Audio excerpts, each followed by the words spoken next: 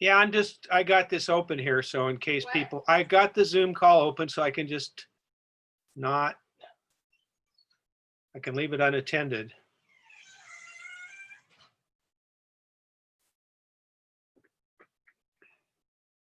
No password, the waiting room's not on.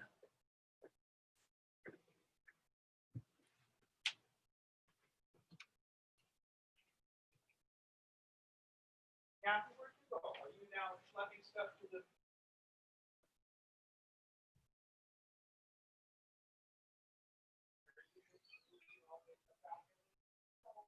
Getting it out of the fridge, though. What's the best way for me to help you here?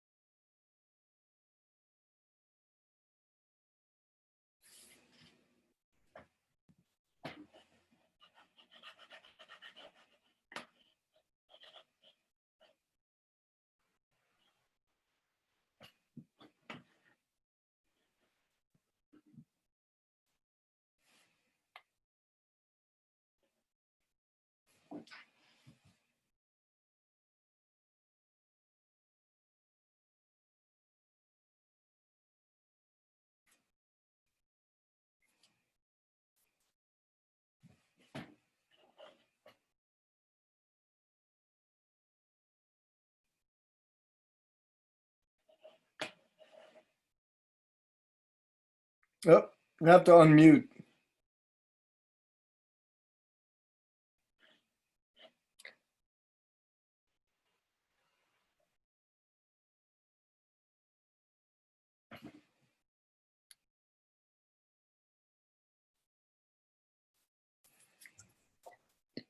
Can you hear me? I can hear you, but I can't hear Bill yet. I think he's still muted. Let me check. I think we're better without hearing Bill. It depends on which Bill you're talking about. That's true. Oh, that's interesting. I haven't seen that before. He's got a green light got on it. his, I on his got it. microphone. You heard Oh, me? you're Louder, Bill. louder. Louder. Okay, well, I just found the mute button and. Oh, you got it. Oh, you are unmuted. I Success. unmuted. You are unmuted. You are good now. Do I sound Alright. normal in my Yes, voice? you sound normal. Yes, In other words, I'm shouting my head off exactly. and you want me to shut up. Oh no, not yet. Not yet. Not yet, okay.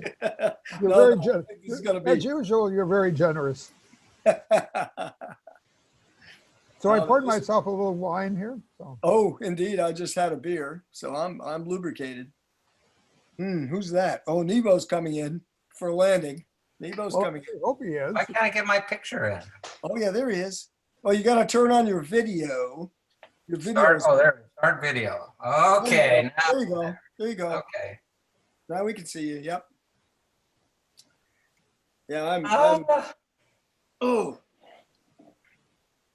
There we go. Yep. Coyle is in Guatemala. Oh, is he? Oh, Well, it looks like his picture is, but I think that's just wishful thinking. On his oh, I see. I see. I think he's waiting for us to get in and he'll come when he's ready. I think that's right. He's out getting the beer. I wonder if Nebo Oh, is. you're still mute. Is Nebo muted? Oh, yes, I can see. You're Yeah, muted. he's muted. Nope, He- I'm he- not. Hi, He just guys. unmuted. Hello. Testing. Testing. All see the pachinko machine? Pachinko. Oh, Really? cool. Outstanding. There it is. Hey, Bill, so Is that did you big? manipulate that and everything so we couldn't win? Can you run it? The sound is the best part. Did you Oh, it's- manipulate it's- that so there's no winners? Now twist the pins in your life there, Fortner. It's sort of like the old pinball machine, right? Yes, it is. Jane had Yeah. it for many years in the garage. We used to, when I was in seventh, eighth, ninth grade, we'd play pinball after every basketball game, football game. Yeah. But not for money. Well, pachinko is a big, big thing in Japan. It brings in more money than the big automobile dealers, actually. You're kidding. I've read about that. So it's really something. So here it is. But there, the machines are, of course, much bigger. This is the home side version. Yeah, There's when White Ball Bridge. I was in Kyoto, visiting a professor friend of mine. And one of the high points of Kyoto was he took me to the pachinko place. He told me this was the only place where you could go in Kyoto and be entirely by yourself because it was so noisy, you could not possibly talk or interact with any other person. And was it true? You only interacted with the machine. Oh, whoa. Yeah. He said it was where he went to get quiet time. Ah, well, it's also, you do it for, well, it's kind of gambling. Make money and yeah, really a big deal. Yeah, I think that's Remember- right. It is low-grade gambling addiction. Is it localized in Japan or is it like Las Vegas where there are certain big centers that people come to and Well, as I understand, there's thousands of pachinko parlors all over Japan. all throughout the country? 12,000 of them. Okay. And, brings in just tons and tons of money. So it's a big deal in Japan. Okay. And for a while there, you could buy these machines here. And there was a run on them, I think in the 70s. I think that's when Jane's husband bought this pachinko machine. And he kind of got addicted to it like others. So it works if I were to have it. Well, in the book, they talk about how they would set it so that there would be less winners and everything. Now, I don't understand the game, how it's played well enough to know how they do that. Just physics. Just Window physics. comes open, and there's little pins here. Okay. I could see the pins. I could see the pins. Pins right there. Whoops. Oh, go ahead and run a ball through it, Bill. Well, it's not working, unfortunately. Oh. Okay. If I give you a quarter, can I play? If I say this in the right context, I'm short ball, so work. Boy, I'm going to leave that one alone. So, talk about a slow softball pitch. Woo! Well, even worse, I can get some off on. That sounds worse.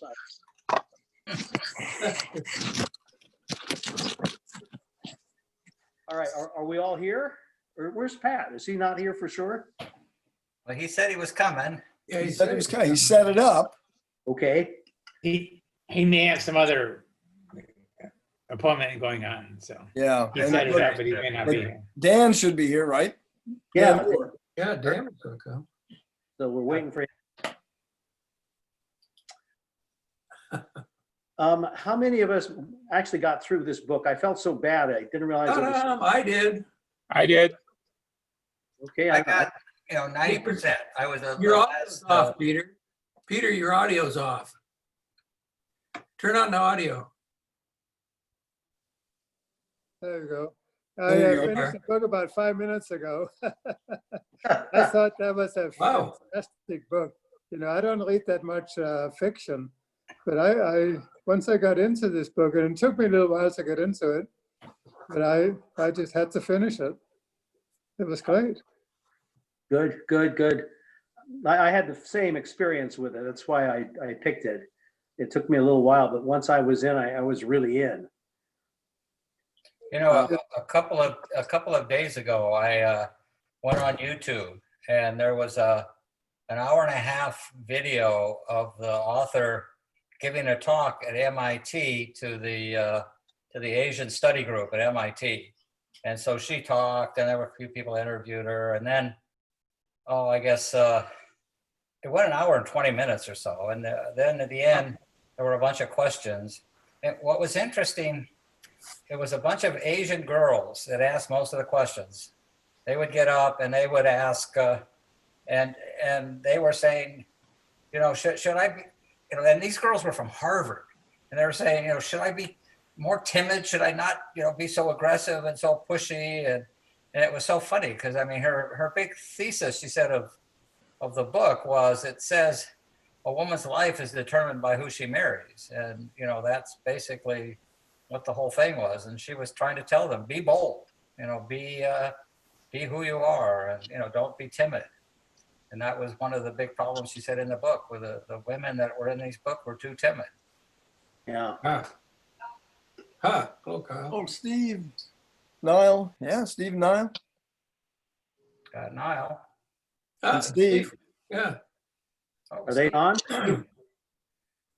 Hi. Hey, Steve. Ken. Nile's got to unmute. Oh, here's Dan. Whoop. Here's Niall. Dan. Whoop, there he is. Wow, it's a quorum. Everybody but Pat. So We did set you it know up. that Pat wasn't going to be here? He must be on a conference call. He was gonna come. Okay. What about Dan? Dan's here.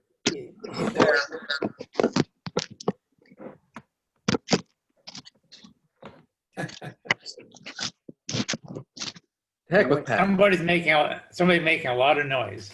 Okay. There you go. Well, do you want me to start? Sure. Sure. Yeah, sure. Okay. I sent to you a kind of an outline of it's a very long story, and I think what I'll do is I'll try to jump through this outline so we remember the story. I'll read some and I'll try to skip over some. Okay, you ready? Go. Yeah. Novel covers many decades and crosses many countries. The novel begins in Yangdo, where the disabled and kindly Huni marries the poor young Jin.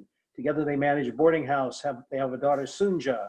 In Sunja's youth, Huni dies. Young Jin and Sunja are left to care for the boarding house on their own. As a teen, Sunja meets a wealthy fishmonger, Ko Hanzu, who woos her. The couple begins a sexual relationship. About the same time, Beck Isaac, a kindly minister in training, comes to the house to stay. He gets tuberculosis. They care for him, as you remember. And she becomes pregnant by Hansu. They have their sexual relation. She becomes pregnant.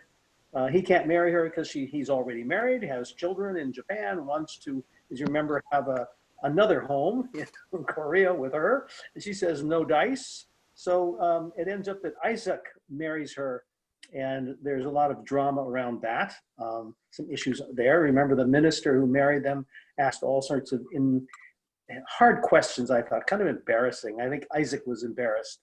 Okay, they move to Osaka. They stay with Isaac's brother, Yosef, which is Joseph, and his sister-in-law, Kenji. And interesting, she uses his brother's name as Joseph, and the author is very impressed by the story of Joseph in the Old Testament. I wonder if that's why she had that name there. Isaac begins work as a minister. The family struggles with Japanese perceptions of Koreans and their limited opportunities. Eventually, Sunja's son Noah is born, and then soon after that, the second son, Musasu. The tragedy befalls the family when Isaac is put into prison by trumped up charges from the Japanese government, really for his Christian beliefs. He goes to jail. He's in prison for years, only released on his deathbed. Remember, he comes to see the family only shortly before he dies. He's with them. And that was a Japanese habit, was to release people just before they died so they didn't die in prison. Okay, after Isaac's death, Kyunji and Sunja start to sell kimchi at a market to make extra money.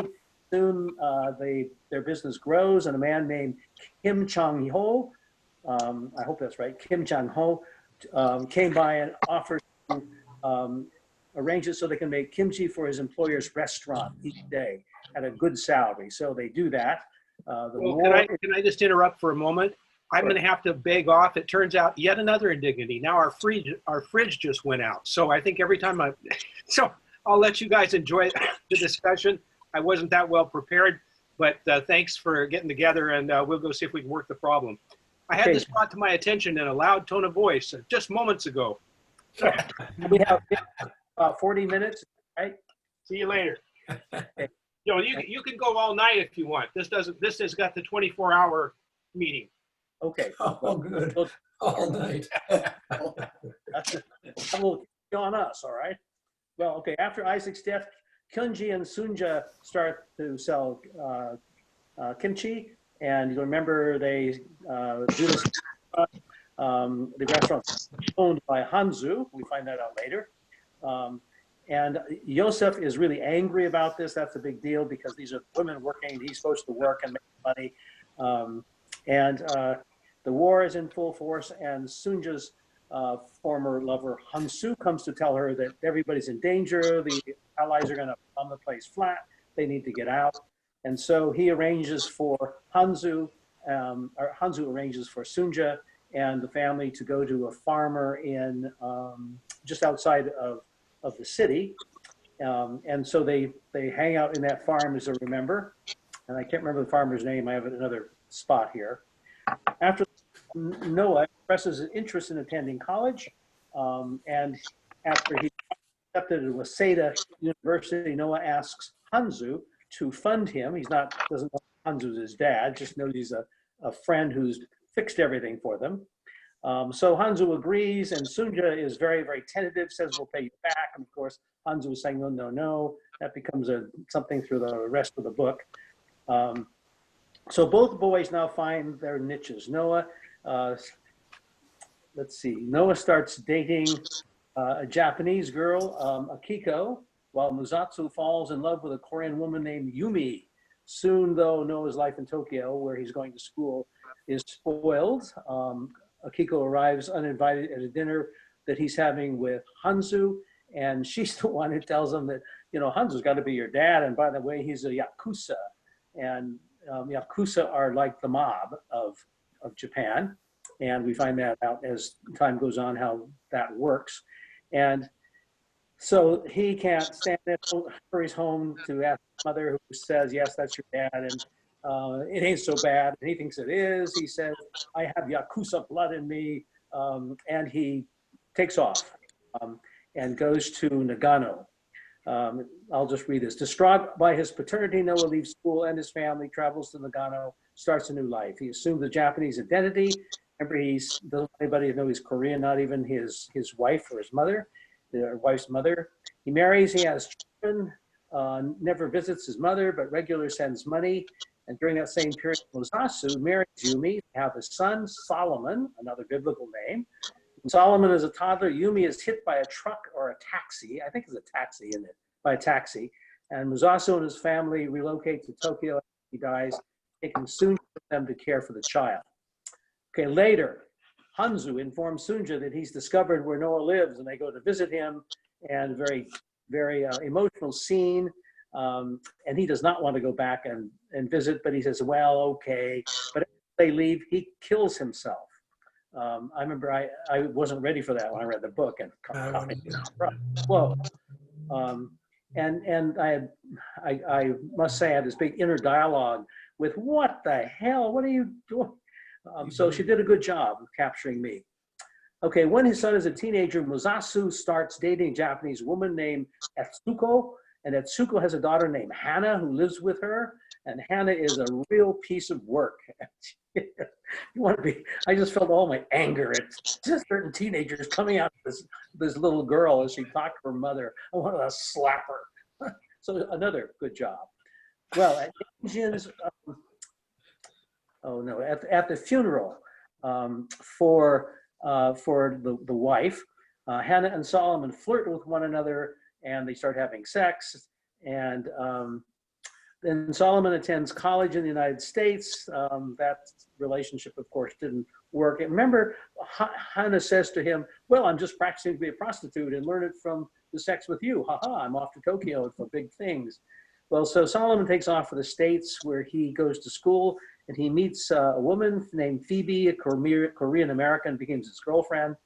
After graduation, Solomon and Phoebe moved to Tokyo and got married.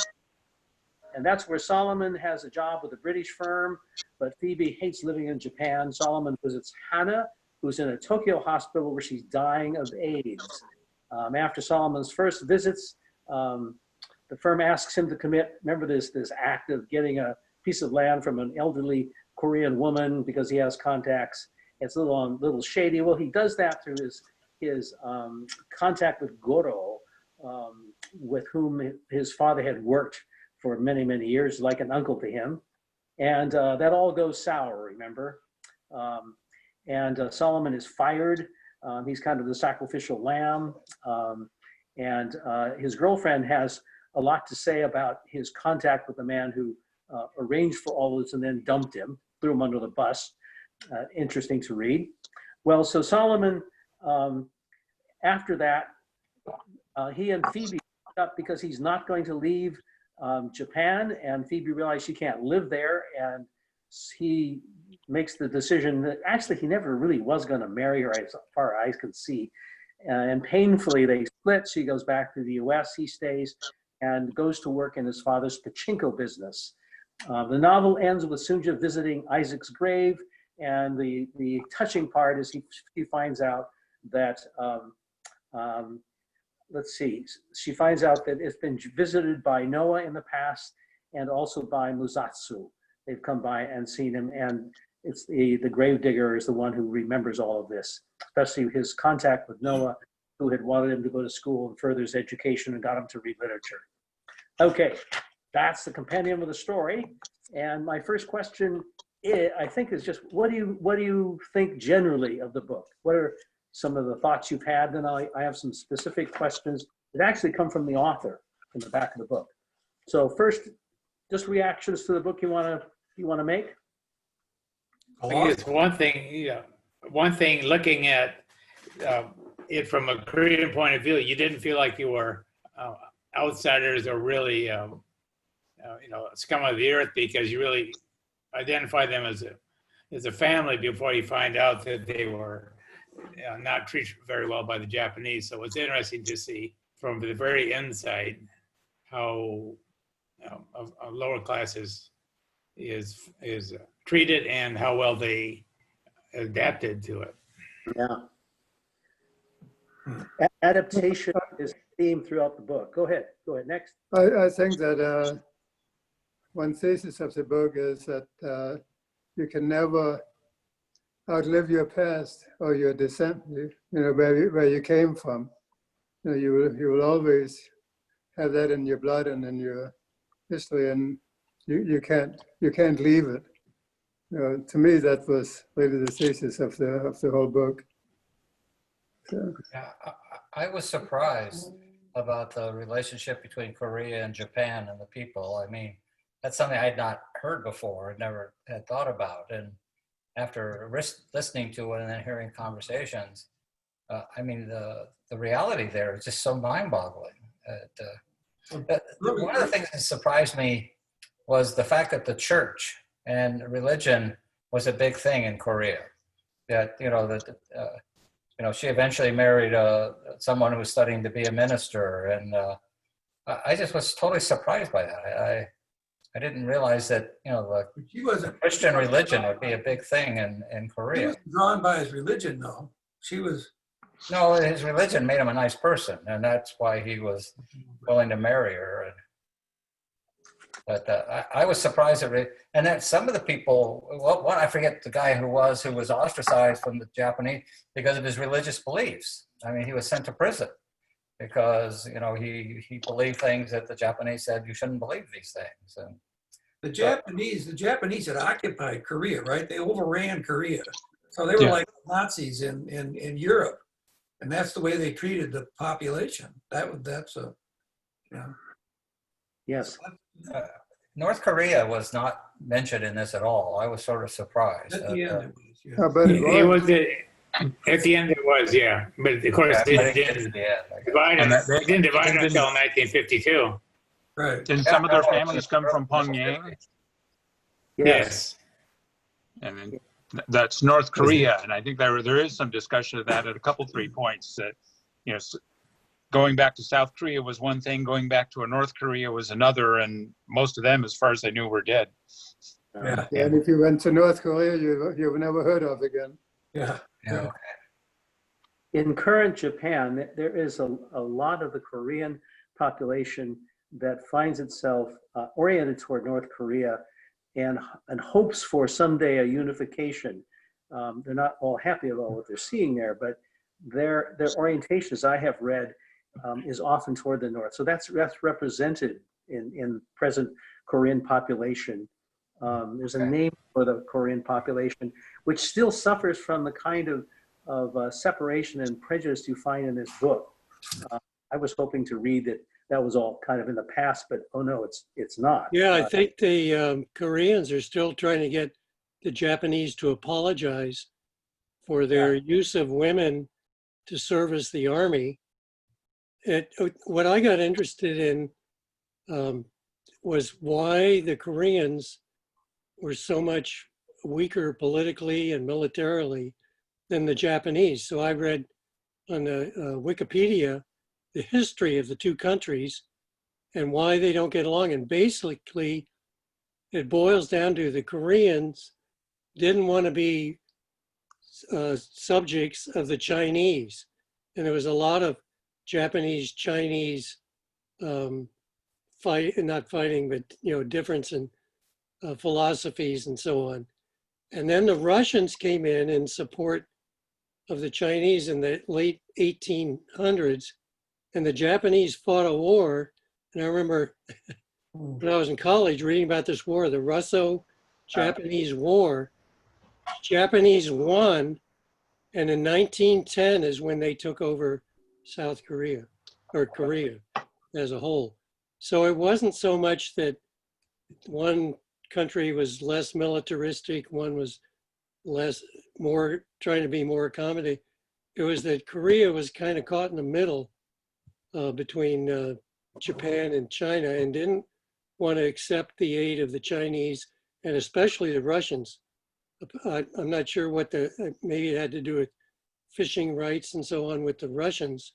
They really hated the Russians, but they didn't want to be dominated by the Chinese, and they weren't strong enough to stand up to Japan on their own. So that's where that comes from. And I spent 13 months in Korea as a Army officer, and I had a lot of trouble reading this book because I had different, I guess you'd say, prejudicial values for the Japanese compared to the Koreans. Having spent time in, I took R&R 2 different occasions in Japan.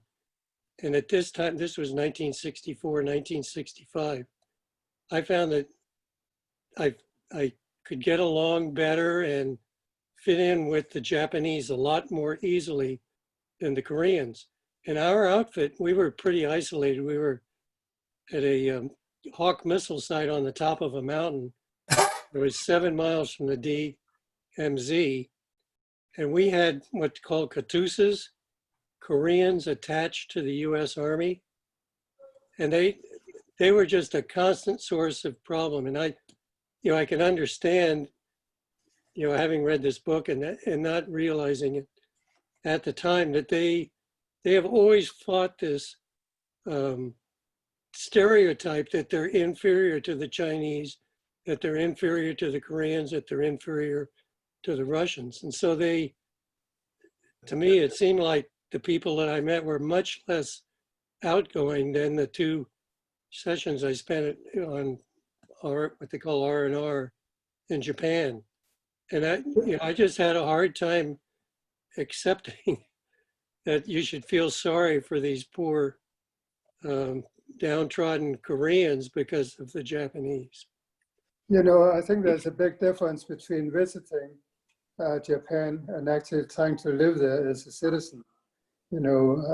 For years and years, people who are non-Japanese have not been accepted. I have been there twice in the mid-'80s, and I learned something about that. If you're from another country, from another kind of life, they treat you very nicely. When we were there, they treat you beautifully as a visitor. But being there and trying to live there as a citizen is a whole different story. Yeah, I've heard that. How do you know that? Wow. How do I know that? Yeah, you didn't live there. No, but that's No, that's it beautifully. that's It beautifully, and people were so nice to us. But I also heard from other people and read about it that you're a person with another background. Whites are sort of accepted.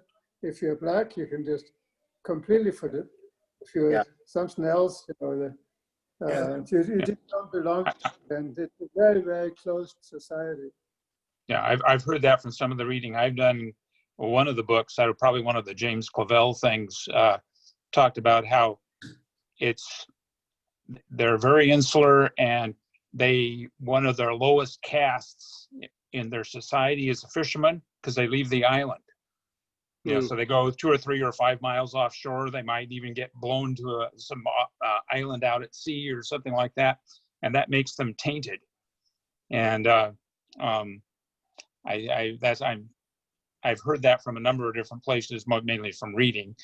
I was there once for 3 days and didn't pick up one way or the other. They just seemed nice enough, but from reading it, I think that is a big part of their culture. And I also think of the very polite, very formal, but then you think of the samurais, But if you breathe the wrong way at the wrong time. Well, just my personal experience was so different from what you read, but of course I didn't live there and I wasn't trying to integrate into the society. Yeah. When I read this book, I didn't realize that there would be some of that was close to home in my career. I did know that Korea was the recipient of missionaries from the Presbyterian Church, and they were very, very successful in Korea. So we had lots and lots of Koreans who became Presbyterians of Korean sort.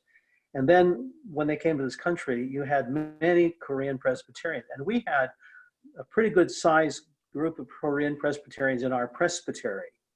And I was sent to work out a problem in a Korean community in San Francisco, and it was actually in Hayward, when Koreans in a not Korean church had grown in number. They're going to pick a pastor, and the Koreans were demanding that the pastor be Korean.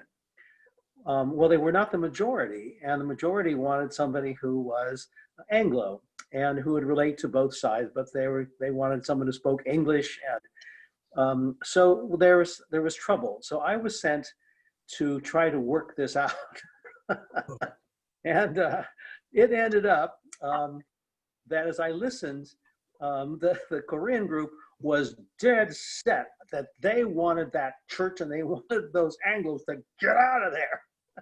Oh, they didn't want, yeah. Huh. So, and they were tough. And now it even gets tougher because this came to a head when they said, we want to come to your big committee meeting and make our case. And I said to them, you're out of order. You are not a majority. Majority rules. That's the way democracy works. They said, yes, but they gave me all this stuff about their history. I said, well, I really don't care. I mean, it's still majority rule. I don't care how sad your life has been. That did not go over well. But you know, they pushed my buttons. So I was pushing their buttons. And so what did you think about when Isaac was sent to prison because of his religious beliefs by the Japanese? Who, Isaac? Yeah, Isaac. Yeah, he was sent to prison. That's right. But that was one of the parishioners was a rabble rouser, was a revolutionary kind of, was fighting against the Japanese. They took the whole church. They took everything. Well, the top level people, and I think particularly the rabble rouser was not praying to the Shinto gods and thus to the emperor at the wrong, and someone was picking up on that, and they just took the top 3 people in the church, just ran them off to prison. Well, our denomination took it in the shorts in the war. I mean, the Japanese didn't like them, and for good reason. I mean, they had these values that weren't going to support the emperor. It was just not the case. And they were, you know, Western Christian values. So the Japanese just imprisoned all of them. But it did make, I mean, as people came here, they were a tough group, came here. Our Koreans were a group to be dealt with. Survivors, yeah. Oh, yeah. Well, I should tell you that we had a final blowout at a meeting, and it turned out that the power of that church was not the men, interestingly. There was a group of women who were called the revered women of the church. And it's not in any structure in the Western church, but in the Korean church, it's there. And it has a name. It's called the Jijike. And the Jijike was very powerful. You did not cross the Jijike and survive in the Korean church. I didn't know that. So in this meeting that we had, one man and about 20 women came. And I had been warned about the Jijike. And so when I looked over, I thought, uh-oh, this has got to be the Jijike. And the one guy got up and made their case. And then I was asked to make my case.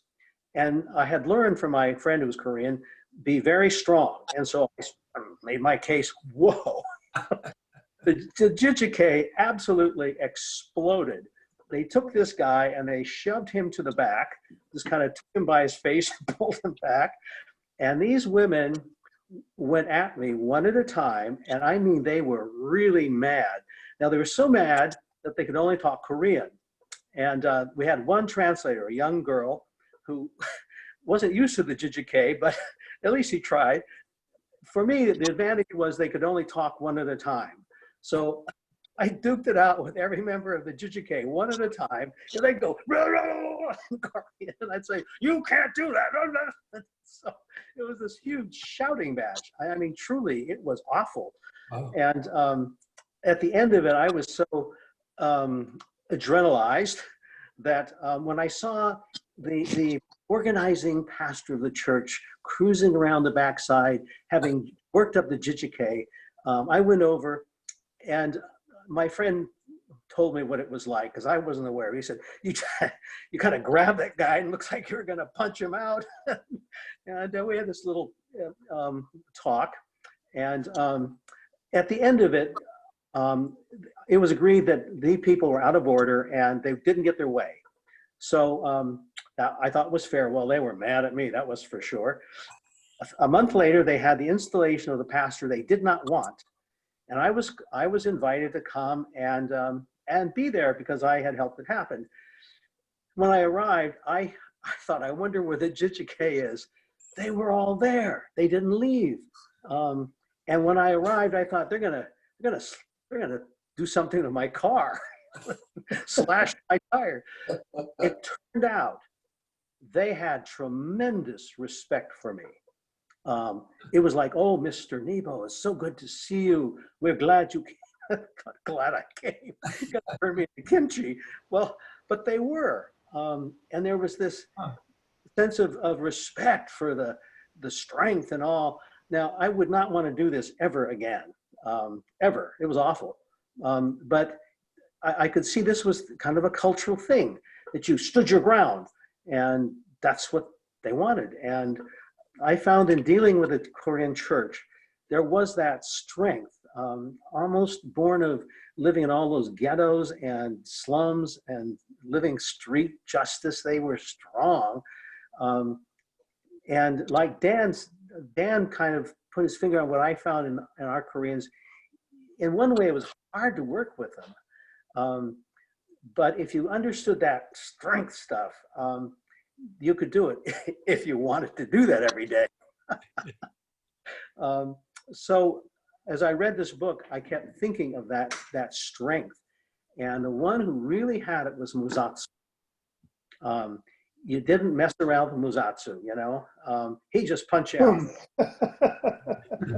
And He did. He punched somebody out, yeah. Yeah. I mean, Noah tried to be the good Korean, remember? And you hear about that, and Musatsu saying, I'm not a good Korean, you know, I'm a bad Korean, meaning I fight back. Of course, there were other things about bad Korean. They were the people who ran pachinko parlors, and that was not in. And bad Koreans were the reputed to be more Yakuza than others, and certainly Hanzu was. Was Hansu a Korean or Japanese? Was Hansu a Japanese? He was Korean, I believe. Yeah, he was. Yeah. Oh, really? Okay. And they talked something about the Korean-run mafia type thing, and that or maybe I read that, but that's different from the Japanese one. And the Korean one, from what I heard or read, is a lot more violent than the Japanese. It is. Yeah. It was like the JJK. Yeah, right. Yeah. One thing I was interested in was that the life goes on in all these major events. First of all the deaths were reported 3 years later, like, you know, Isaac died, and that was sort of mentioned at the start of the next thing 2 or 3 years later. And virtually all of the deaths, whether it's Hani, were just mentioned very casually, and then they never went into, you know, how he died. It was just like, you know, he died, and life went on. But then also, there were these tremendous things.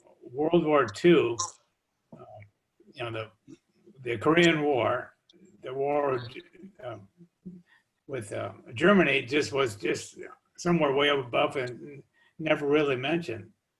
In Nagasaki, the bombing were just barely mentioned, you know. So it was interesting to see how what was going on was just so far above them, and they didn't really were affected indirectly by the cost of food. That was about it. Well, that's what they went to the farm, you know. They were rescued by. Yeah. That they'd have been in trouble. Yeah. Yeah, that's a thing that was surprising. Throughout the book, Hansu is there basically protecting the whole family. I mean, he took them under his wing, and Yeah. in the He face often didn't let them know. after rejection, he just hung in there right to the end. And then he outlived them all, even though he was supposed to die. Why do you think they called it pachinko, Bill? Is it a game of chance? Your life is just chance? And... Yeah, in fact, there were a couple of references to that life was like pachinko. Remember, in order to make money for the pachinko parliament, every day you would take the pins and you would bend them a little bit so that there was chance, but you would make some chance that would be in favor of the house. You didn't have winners every day. You would have a winner every now and then. But you played hoping to be one of those winners, but you kept playing, even though you knew that it was a game of chance, but also that there was a plan too. There was the owner. And they said life's kind of like that. And the writer herself, I read about her. She said she says I'm a Presbyterian. I do understand those people because we have this idea of kind of free will and predestination, where you feel like there's a plan to all of this, and yet there's chance. And pachinko to her, I think, to represent that tendency she had. She was not, and still isn't, any fundamentalist Presbyterian Christian. She's probably little like I am. But pachinko game, I think, was the representation of life for Koreans as she knew it, and the vehicle that made it run for her. And of course, everybody was engaged in pachinko. I mean, the two sons were. That's where they made their money. And you find that the son of Musatsu ends up in pachinko at the end. Remember? Mm-hmm. And she paints the picture of Musatsu as a pretty ethical guy, but I mean, one has to remember she also writes into him a kind of one sort of Korean Presbyterian kind of guy, because he goes to that church and she doesn't make a big thing. He's not all that into it, but the values are there. He wants to be fair. He's a tough guy, but he's fair, and his son respects that about him. Doesn't want anybody to say his dad's a bad guy because he's a pachinko guy.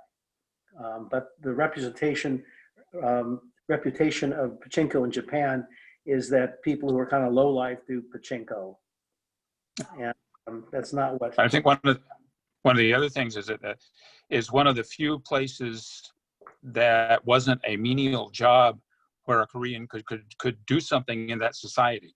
And so that, if you had some talent, you had some business chops or some intellectual chops, it was one of the few things you could do. Otherwise, you're always fighting this stain that they really didn't want. Right. Korean engineers, they didn't want Korean, lawyers or anything like that. So I think about, going way back with the Jewish nation, the Christians thought dealing with money was bad, so they let the Jews do it. And they ended up, learning how to manipulate the system and become so successful doing things that the Christian didn't want to do. So I thought it's a very strong parallel.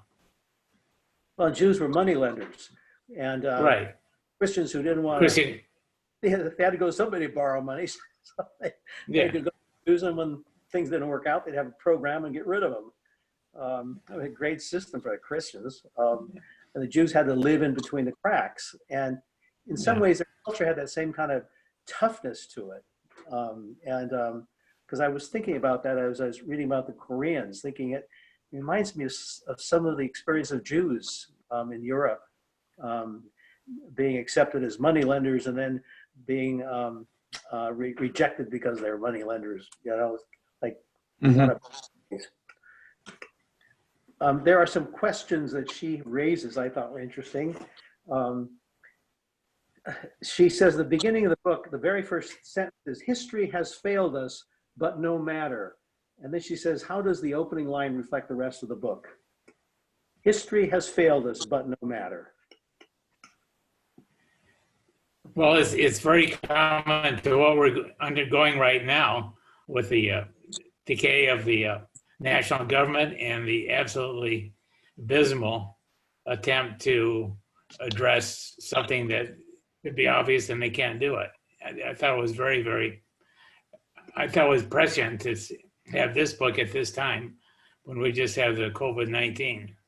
Yeah, yeah. Oh, that's She- a question that the author proposed. Well, remember the very first, yes, the author made this, it says reading group guide. And I assume she wrote this. History has failed us, but no matter. How does the opening line reflect the rest of the book? Do you agree? Well, history has failed us, and right now, Well, we're going to have to. Fail for them, yeah. Um, I think, thought it was interesting that Atlantic, I don't know how many people read it, that I sent around. Mhm. I absolutely hated the book until I read that interview. And the reason I didn't like the book was she was in control of everything. It did, to me, what makes a good novel is developing characters, and then the characters drive the events in the book. She takes the opposite view. She says so that she wants to impose conditions on her characters and then show by their morality or lack of morality how they can deal with these events. And for some reason, that's not a type of novel that I enjoy. So I had a real struggle. I quit reading it 2 or 3 times. And it I wasn't thought until the this end weekend I of read. the book where Sonja visited Isaac's grave, and she found out that even though Noah found out that Isaac wasn't his blood father, he had still come and visited the grave, and then in the end she buries this cross with the 2 pictures of her 2 sons, of which Isaac was only one father, and that was sort of the touching thing, thanking him for his attempts to help her boys. Right, but that was not character driven. That's something she decided to put into the book. No. From my interpretation of it. I thought it was interesting that Noah, even though he eventually left and went to Japan and didn't want to come back, still appreciated his not birth father, but his other father, because he would still come back and he would still visit his grave and he would still remember him. And it was sort of a thank you for trying to help me and raise me, even though you weren't my father. Right, but it was a surprise. His own mother was surprised. And it's because the author is driving what's going on, not the characters. And that's, I thought the that was history. my problem with the book. That was Noah's personality, though, to honor his father. Right. No, it wasn't. That's the way he acted the whole time, the whole book. Well, his adopted, yeah.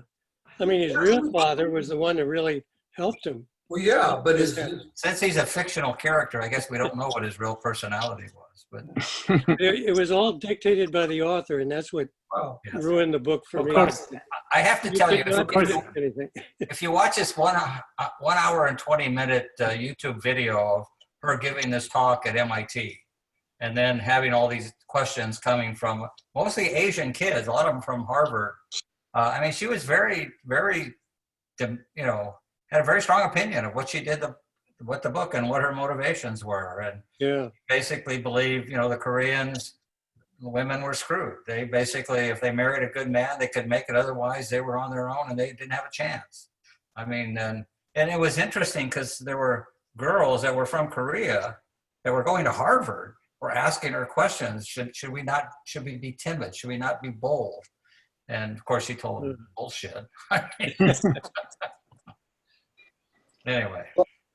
Well, Dan, she did, I think it was in what you said, and I read another piece about her writing style, and she makes it clear that she chose to do exactly what you didn't like, which is to assume the omnipotent author of this, where she would be in the head of the character and would present the character through her narrating of the character. And she said she chose to do that because she wanted to have that that inner dialogue as she developed them. And she also said, what I wanted to do was to be fair. And she said, because often when people use this voice, they have a critical voice, or they have, but she talked about that, the voice that she used. And she picked that voice because she felt I can be more fair with that voice. And so she did it. Now, it didn't bother me at all because I've read this voice. Or if you don't like it, it would bug you, I'm Yeah, sure. no, I agree. Once I read that piece she wrote in the Atlantic, she accomplished what she wanted, and Yeah. from what her viewpoint was, I could understand it. So I did read some more after I read that, but I find it hard to enjoy a novel where anything can happen just at the whim of the author. But of course, Sort of like science fiction. of course, when somebody writes a novel, regardless of the point of view, the author has completely control, period. It doesn't matter. Well, I'll disagree Yeah, with come you. on. I don't know if anybody. Come on. Come on. The author wrote it, and she chose to write it in a particular, but she still had Have full you read control. French Lieutenant's Woman by John Fowles? Who wrote it? He's John Fowles, the French Lieutenant's Woman. They made it into a movie, and about 3/4 of the way through the book, he stops, and there's a separate chapter saying, "This book isn't going the way I planned it," because this woman who's the French is such a strong character. He had to, in his mind, rewrite the book because of that. And I've read other critiques of the way, and there are two schools of writing. One is that the author decides they're going to have a message and writes the story to support that message. And the other way is the writer sits down and has a character, and then the character sort of drives the book.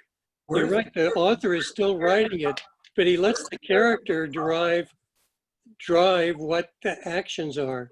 Whereas I never got that in this book. Except Kim took 20 years and threw it away because it wasn't the way it was going, so she rewrote it. What's the difference?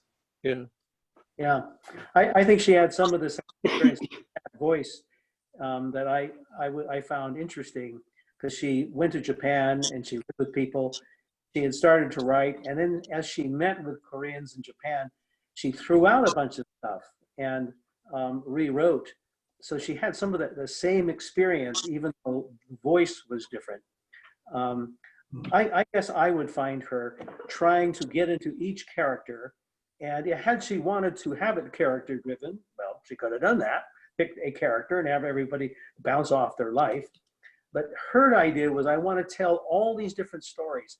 And sometimes I got buried in it. In fact, when she got to Musasu's girlfriend who didn't become his wife, remember that one with Hannah? And Hannah's story, I mean, Hannah was bugging the hell out of me. Slap her a little bit, Korean style. She was such a brat to her mother. You could see her mother's issues, because I think the author did a good thing. She got into her mother's life, presented the character as the mother would tell her own story, and I wasn't all condemning of it. I could see, I could see why she was in trouble with her husband, and I can see the problem for the children.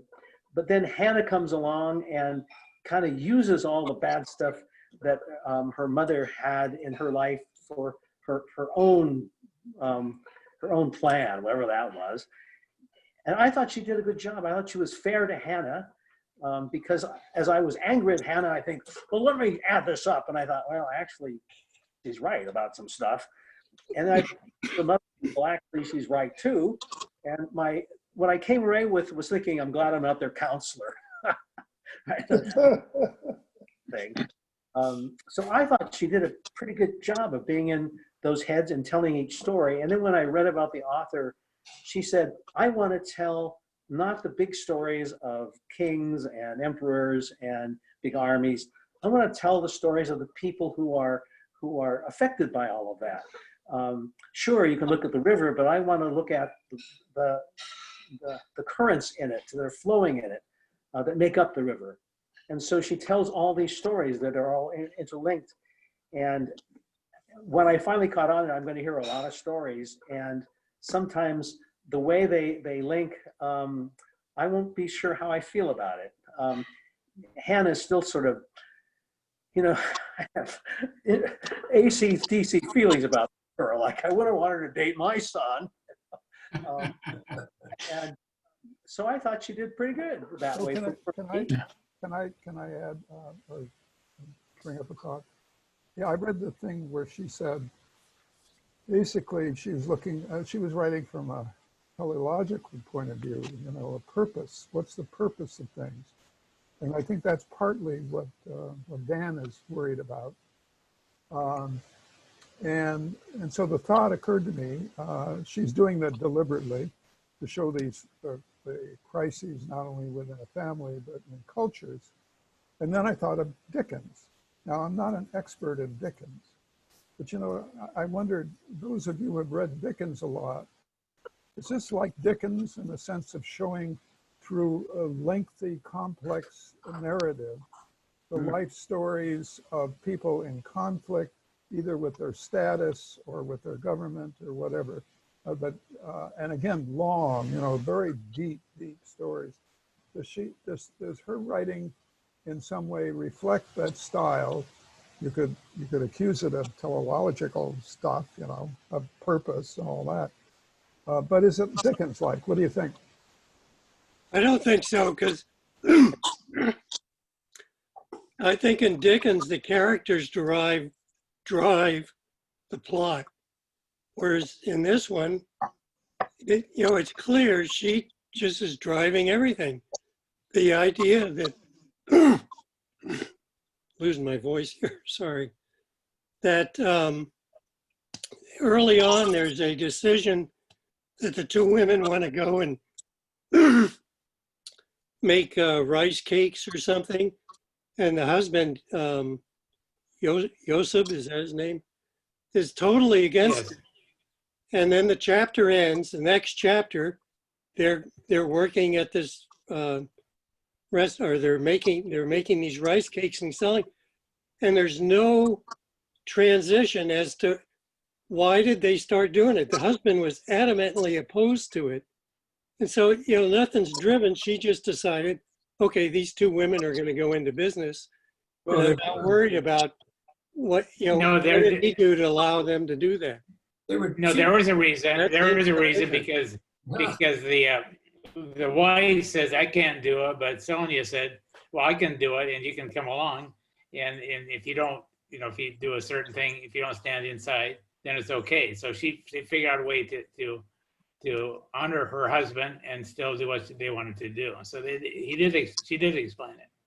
And she had to do it for the money. I mean, they were destined. Yeah. She had to do something. Right, but what's missing is why, you know, there's no scene set where the husband agrees to let him go. It's just the next chapter there. I don't think he ever did. He never did. But he does all that along, you know. They mention, you know, 2 years later, they mentioned, well, Hannah died. They mentioned Joseph died, and 2 years later, they never mentioned the death or the funeral. They just said, oh, by the way, 2 years ago, Isaac died. You know, and that's just the way it is. I got the impression it was kind of interesting because there were a lot of these stories I was kind of, you know, in some sense I kind of agree with Dan. It'd be nice to see a little more fleshing out, but it was like she was going from inflection point to inflection point, and she wasn't leaving any of the middle stuff. It was just, oh, at this point the direction changes this way because they decide they're going to sell stuff and they somehow make it work, and at some point someone dies or someone kills themselves, and it was. In some ways, it might have been interesting as a much longer novel or multi-novels or something like that to flesh out all these stories. But I think her point was elsewhere. She was trying to guide this thing and then shift direction every once in a while. And this is a little point where all of a sudden, instead of going this way, they were starting to go that way. So that's a good point. Inflection point. That's right. I think she lets you a lot of stuff on your own, Yeah. which does happen in life to all of us. So it didn't bother me a whole lot. And it was so long, I was glad there wasn't any more detail. Those 500 pages, I thought, oh my God. So I'm glad there wasn't, so it moved right along, and I didn't mind filling in. And I think Yeah. I would think as an author, she did that. That's how she writes. And I'm going to read her next book. I bet it's going to be the same way. So Dan, don't read it. Yeah. Could I ask Fascinated one more by time? Ask one more time about Dickens. Does this Yeah. resemble Dickens in your mind at all? Anybody? What, Bill, I read something from this author. Dickens was I'm lying with something. Can I call you back? Yeah, for me, it was almost the opposite of Dickens, for the reasons I stated. Dickens, David Copperfield, was a character. He drove the book. It wasn't Dickens driving it. Same with Scrooge, the Christmas Story. Those are all character-driven events that are in there. Whereas this one, she decided somewhere along the line that Noah wasn't going to accept this guy. There wasn't any reason for that, as far as I could tell.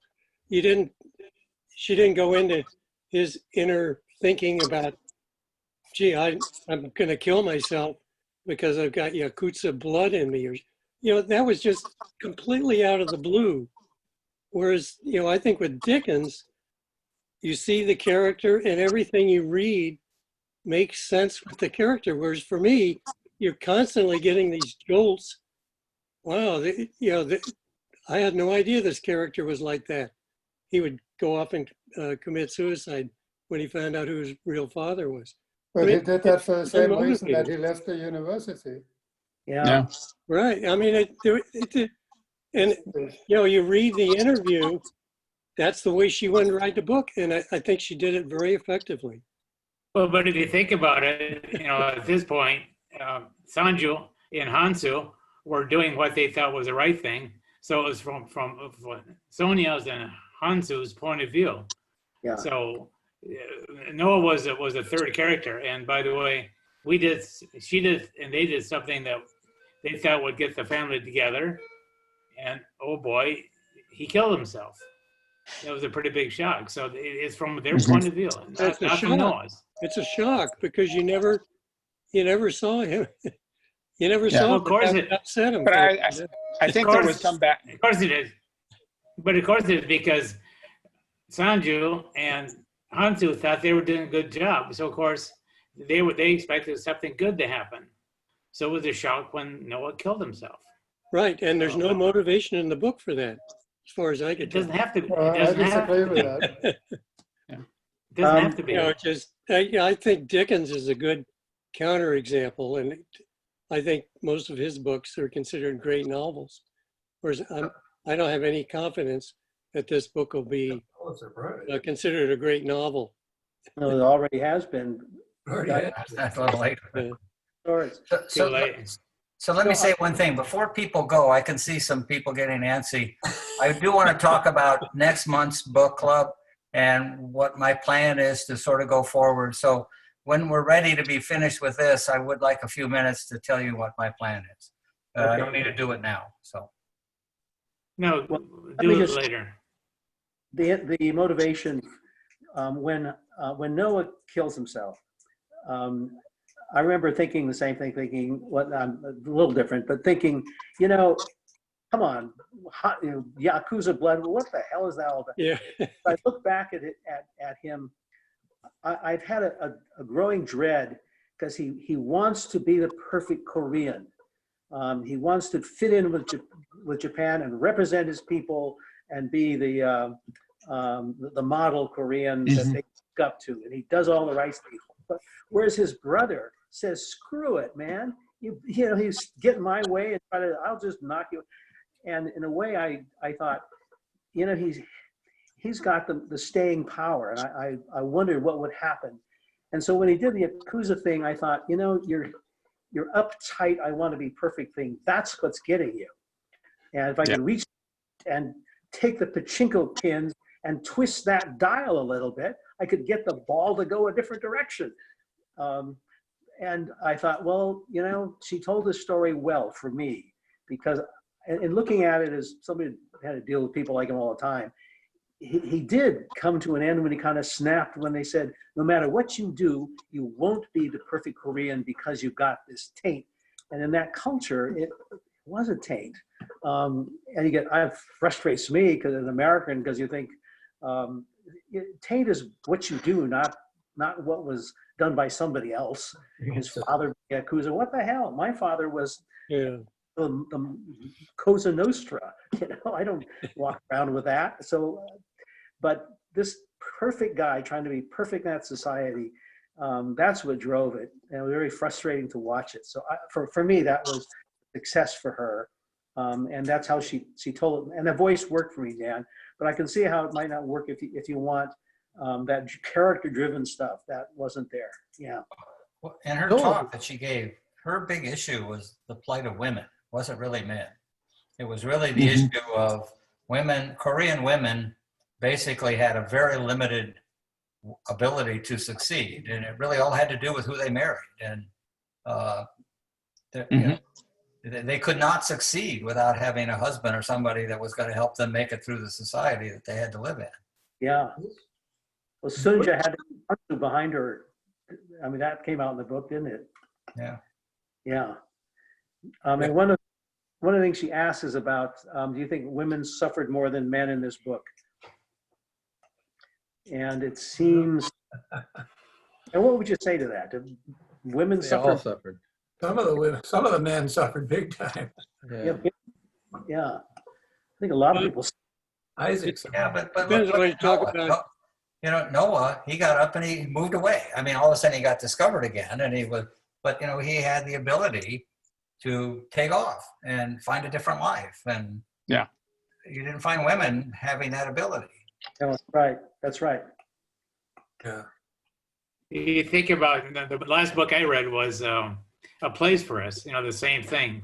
There was an estrangement where the son decided just to go a separate way.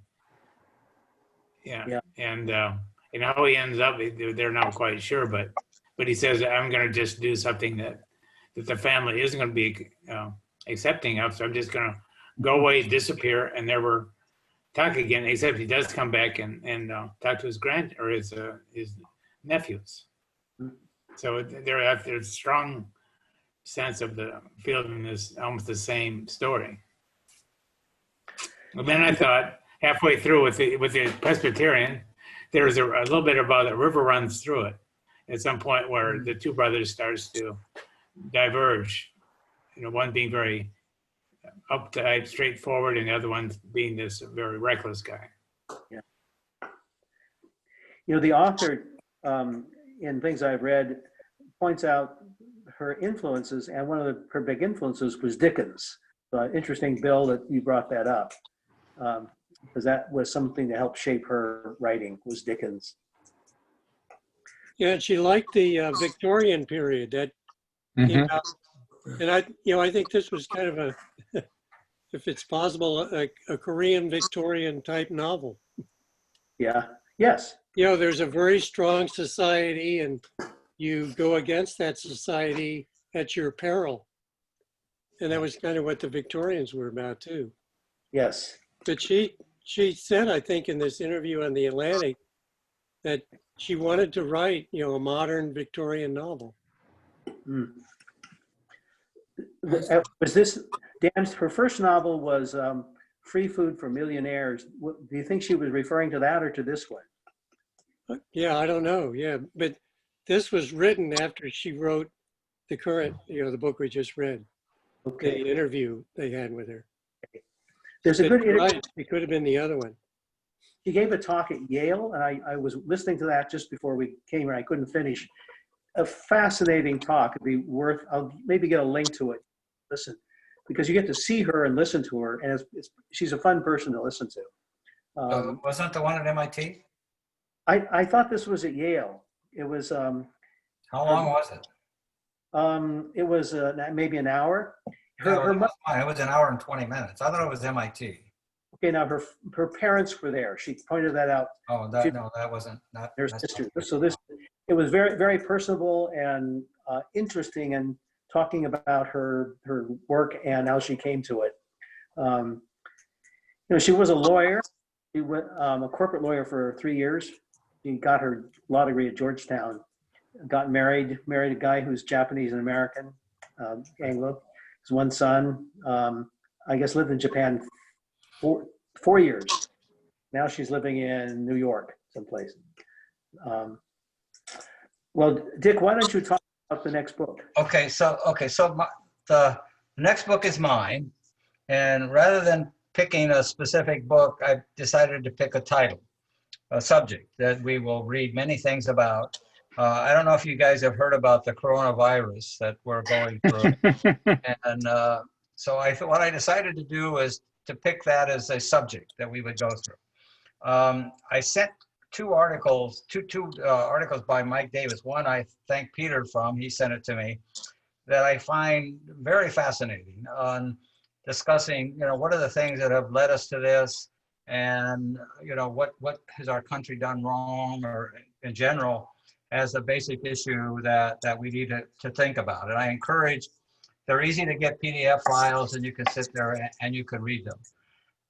Dan suggested a really good book about the great influenza, which is something that happened at the end of World War I, which led to 100 million lives being lost because it was a virus. And what are the issues that led to that?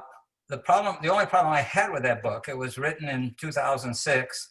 It doesn't know much about what we're doing now, and it's 500 pages. But what I found today, looking on the internet, that within the last 2 weeks, they came out with a summary of that book, which is 80 pages. And I bought 3 copies of that summary as a paperback. And I will get them in a week. And since we don't have a library now, what I figured I would do is sort of take this 80-page summary and share it with you all. And so I would give it to people, you can read it, and we'll sort of spread the book around. If you want, you can find the book and buy it yourself.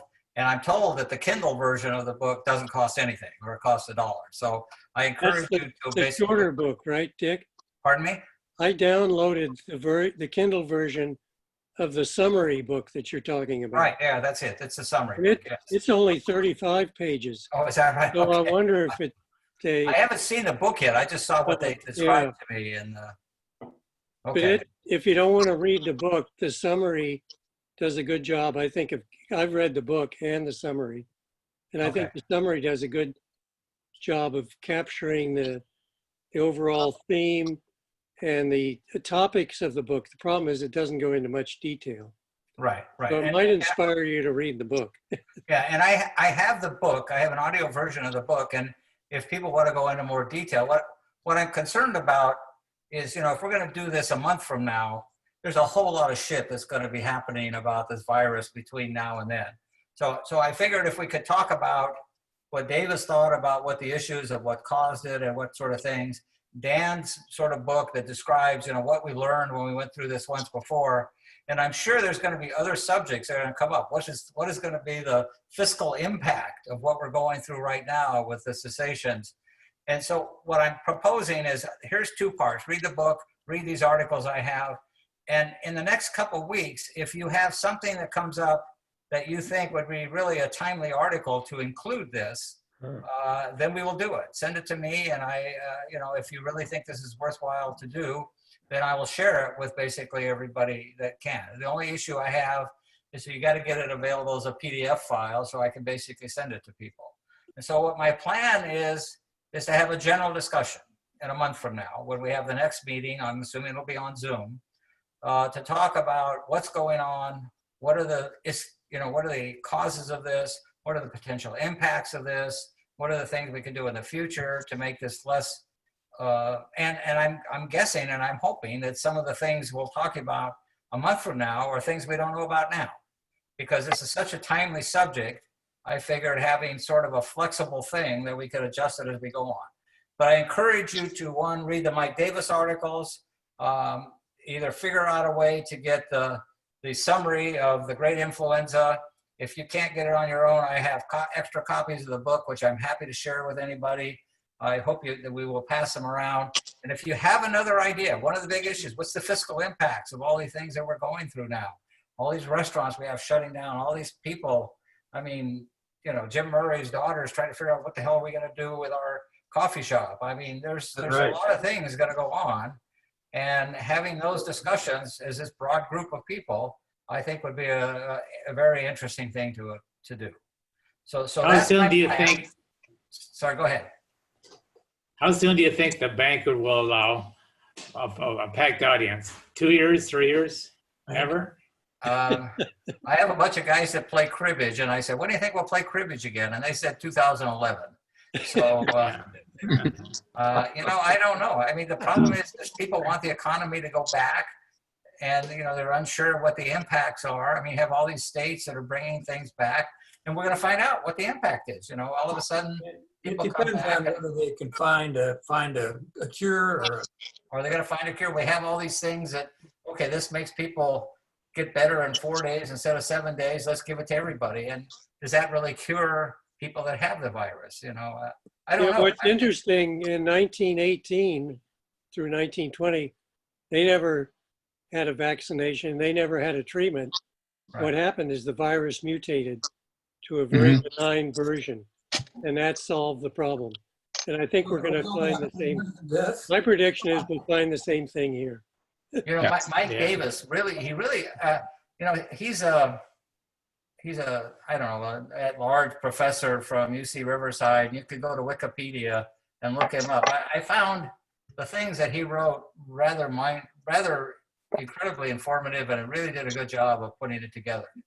So, Peter, you read the thing I sent out. Did you find that? I did, yeah. Well, his main thrust is the division between poor and rich, and you know, and how it's getting worse, and you know what to do about it. Yeah, I mean, his big issue is big pharma. You know, are we ever going to cure diseases if the pharmacies still want to give you insulin for the next 20 years? Right. And you know, there's I read a few places that big pharma sort of has an idea of how to develop vaccines that are good for I guess it's from Mike Davis, wasn't it?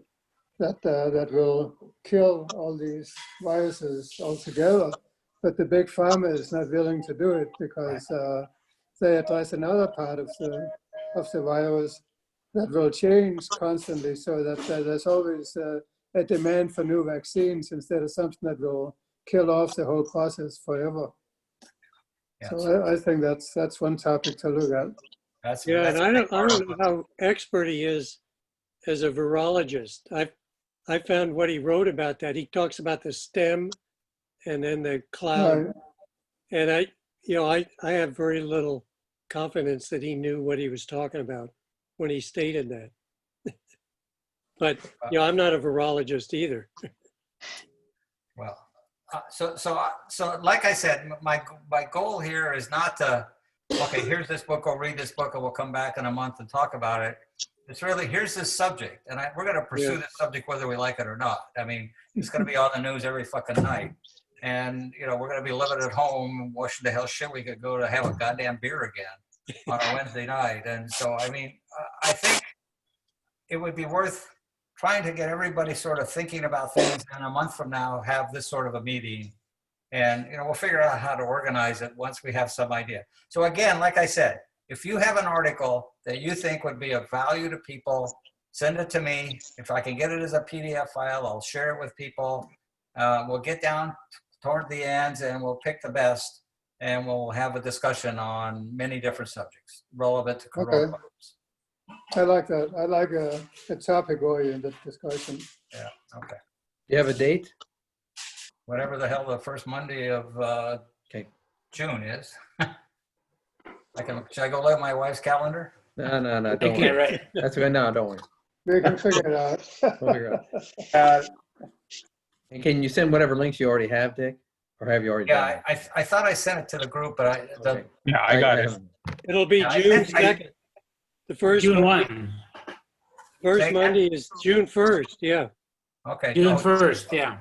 All right, June 1st. We got 4 weeks. 4 weeks today, yeah. I sent the links. I'll do it again just to make sure people have them of the Mike Davis articles. I encourage you to read them.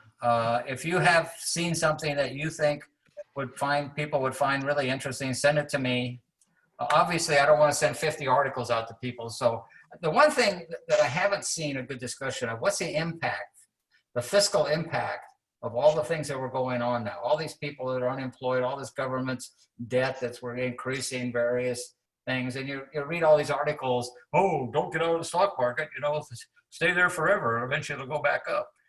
But the issue is, what are the impacts? Are there, if people have better ideas, something that's new, more insightful than what we've seen so far. Great. So anything you have, send to me and we'll figure out what we're gonna do. All right, Bill. Thanks, Bill, Bill. thank you. All right. Thank you, Yes, Bill. thank you. Bill. Glad I read the book. Yeah, it was good. It was a good book. I enjoyed it. Yeah. Yeah, it was a page turner once you got toward the end. Once you got Good night. No. Right. But, all that fiction, guys. Facts next time. all right. By the way, the coronavirus is not fiction. This is real shit. I think we figured that Now one out. it's an evil plot to take down Trump. It's fine. Darth It's an Vader. evil plot to get Trump reelected. Dan Get still real, there? yeah. Dan, you still there? No. He's not. He poofed. Well, maybe the coronavirus will be character driven. I'm not sure. But We'll see what Dickens thinks about the coronavirus. Yeah, he had cholera. well, see you next time. See you All next right, time. take care. Bill. Bye-bye. Now I can finish it maybe. All right.